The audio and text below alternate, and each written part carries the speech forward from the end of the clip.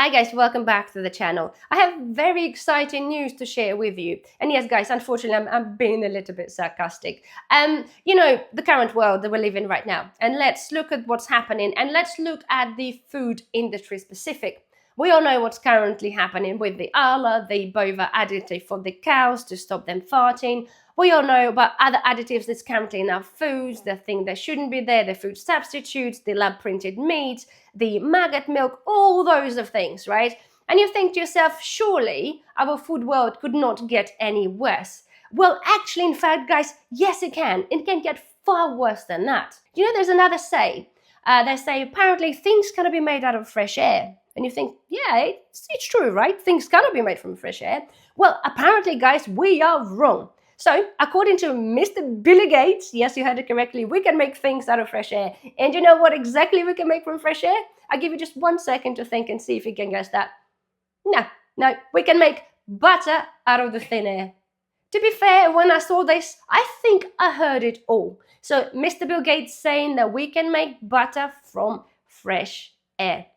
And it's all, of course, in the making because, well, the farming industry, all those animals, ourselves as an animals, we're taking too much space, we breathe too much, we fart too much, it's too many cows, too many animals, again, they eat too much, they take too much farmland, they fart too much, create too much methane, global warming, that kind of thing. So in the name of Bill Gates, well, it shouldn't be acceptable. He even saying that we are, as human nation, should consume less meat, less dairy, just to save the world. Well, to be fair, if we take dairy, we take meat out of the equation, we have left with bugs, beans, okay, like beans and pulses, and vegetables. I love vegetables. I like beans and pulses. Bugs, no thank you. I love my meat and I love my dairy and I don't want to have any substitute. You already know, guys, if you follow the channel or even if you don't, you already know that our food is being very much fiddled with, but the worst thing as well that Mr. Bill Gates trying to substitute every natural thing with chemically, mechanically, or some other weird way of producing the food. And I think things that are made out of fresh butter, things made out of fresh air, it is step too far, okay? It is step too far. So let me tell you about just a teeny weeny bit about the company. The company called Savor, and it's apparently in California. And of course, the Bill Gates Foundation has been funding this for the past few years to help the research and develop this lovely butter. So now let's have a look actually how it's made. So I'm going to just read this out to you. So Savor uses a thermochemical process to create fat molecules by combining carbon dioxide, hydrogen, and oxygen. So the resulting fat is chemically identical to fat, animals, or vegetable oils. So they're taking all this shit that's up there, okay, and somehow go through the process and you're telling me that you're going to create a butter that tastes just like a real butter. So what happens to the calcium, the vitamins, that kind of thing, what happens to that? We're just going to be consuming that made from all the crap that's in the air? Like, just think about it, okay? But of course, they're concentrating about the benefits. It's all about the benefits because they don't care about what you eat, what your health is going to be like. They really just care about benefits to the planet, okay? So the benefit is because it's dairy-free and doesn't require animals, farmland, fertilizers, hormones, and antibiotics. As we can see, this is exactly clearly what they're trying to eradicate because there's too much of it in their opinion. It also has a lower carbon footprint than the animal-based butter. Obviously. So Savor butter could have less than 0.8 grams of CO2 equivalent per calorie compared to around 2.4 grams of CO2 equivalent per calorie for regular butter.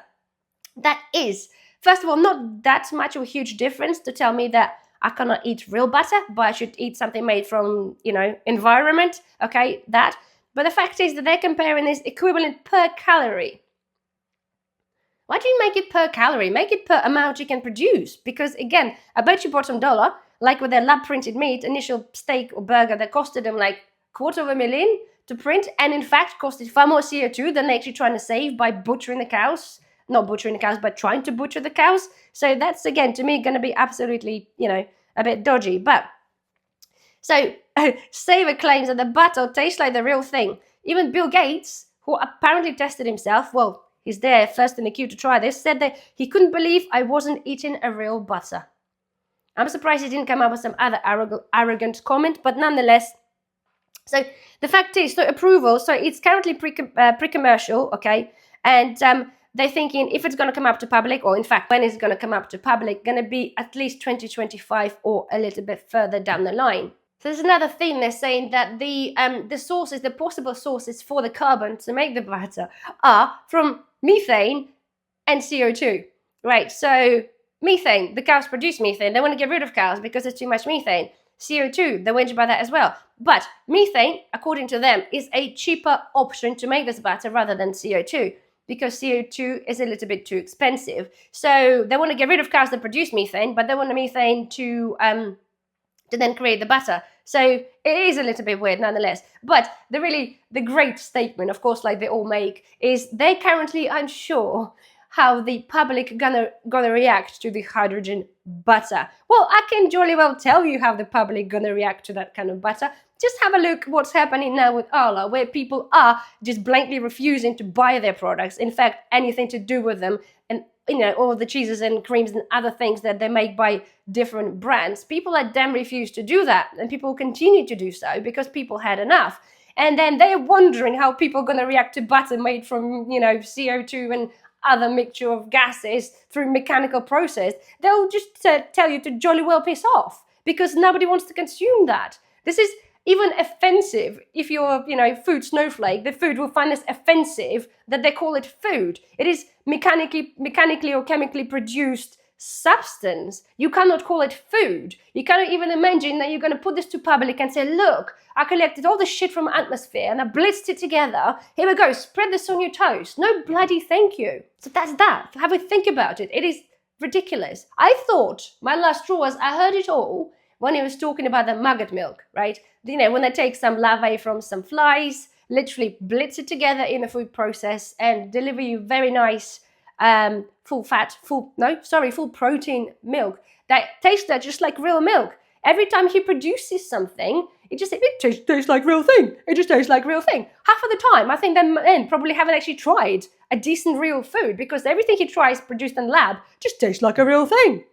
And I think it's absolutely disgusting as a people. We have to endure those idiots producing food in a lab and just telling you that, it's better for their environment, let's eat that. What about the health implications? We'll cover this before, many things they're already adding on to our food. I do not want to eat stuff that's been produced in a lab. Just think, to me, they're already proven this with the steaks, the amount of CO2 it takes. They're proving this with something else, that it takes far more effort, far more money, and far more other resources that are actually not good for our environment to produce those things.